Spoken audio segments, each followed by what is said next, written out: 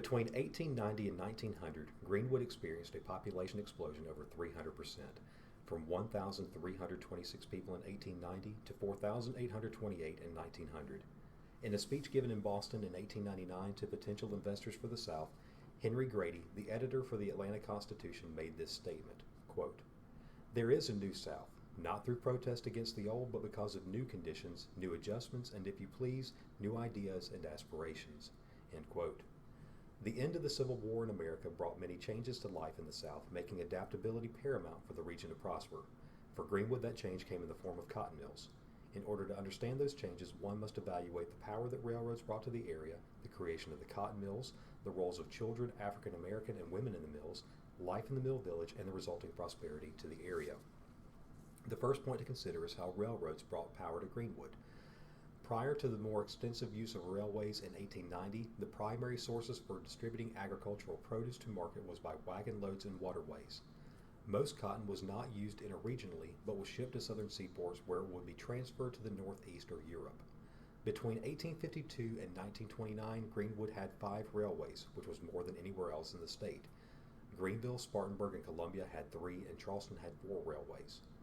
The 5 in Greenwood were the Greenville and Columbia Railway, the Augusta and Knoxville Line, the Georgia, Carolina, and Northern Railway, which became part of the Seaport Airline Railway in 1901, the Ware Shoals Railroad, and the Georgia and Florida Railroad. These were used to connect Greenwood to other surrounding areas and help to reduce freight charges. The next step is to evaluate the creation of the cotton mills. Greenwood was incorporated as a town in 1852. That's the same year that the first railroad came as well. In 1889, there were 2 building and loan companies which provided generous rates to borrowers.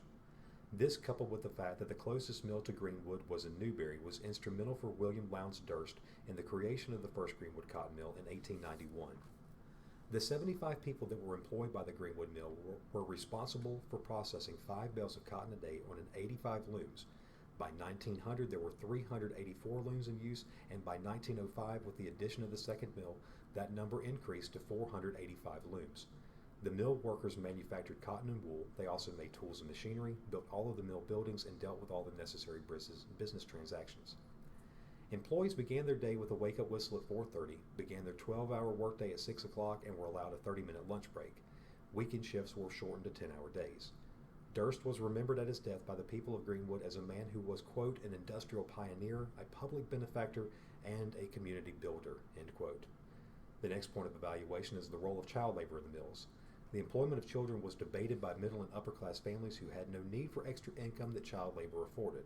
Mill families, however, were required to furnish at least 3 workers, or they would not be considered an asset to the company. Statute law of South Carolina stated that no child under the age of 12 should be employed unless there are necessitating circumstances for work. With that in mind, 95 out of the 150 mills in the South reported that 289 boys and 206 girls were working under the age of 12. These statistics are presumed as being those with certificates for work. In 1903, South Carolina adopted a child labor law because of the potential and real harm that it did to children. Permanent injury and the normal growth that a child would develop through play and socialization with other children was taken away. One area in which the law lacked was that children were not required to go to school, allowing some who were not on the payroll to evade the law by claiming that they were helping out their big brothers and sisters, they were under the guise of being there for safety, or simply because they wanted to learn. The next step is the role of African Americans in the mills. After the Civil War, Jim Crow laws allowed whites to subjugate African Americans in a form of legal slavery, which resulted in the Great Migration where African Americans moved north. Whites in the South had a cause for alarm because it meant that they were losing their agricultural labor force. This resulted in higher total labor wages because African Americans were paid a lower wage than whites. African Americans were often turned down for jobs in the mill because of their race or were given menial positions, and only made up 5.5% of the workforce in mills in 1907. African American women in this era worked as housekeepers, cooks, and caregivers to the elderly. The next step is to consider the role of women in the mill. Women had the double task of maintaining their homes as well as working in the mills. A bill was introduced in South Carolina that tried to prevent women from being able to work at night, but was rejected by the women who were employed at the mill because the night shift allowed them a chance at a job they might not otherwise have. World War I changed the dynamics of life for both white and black women in the mills. Voids were created in the workforce because the men had gone to war, which allowed white women to be promoted to supervisors and created an opening for black women that was previously inaccessible.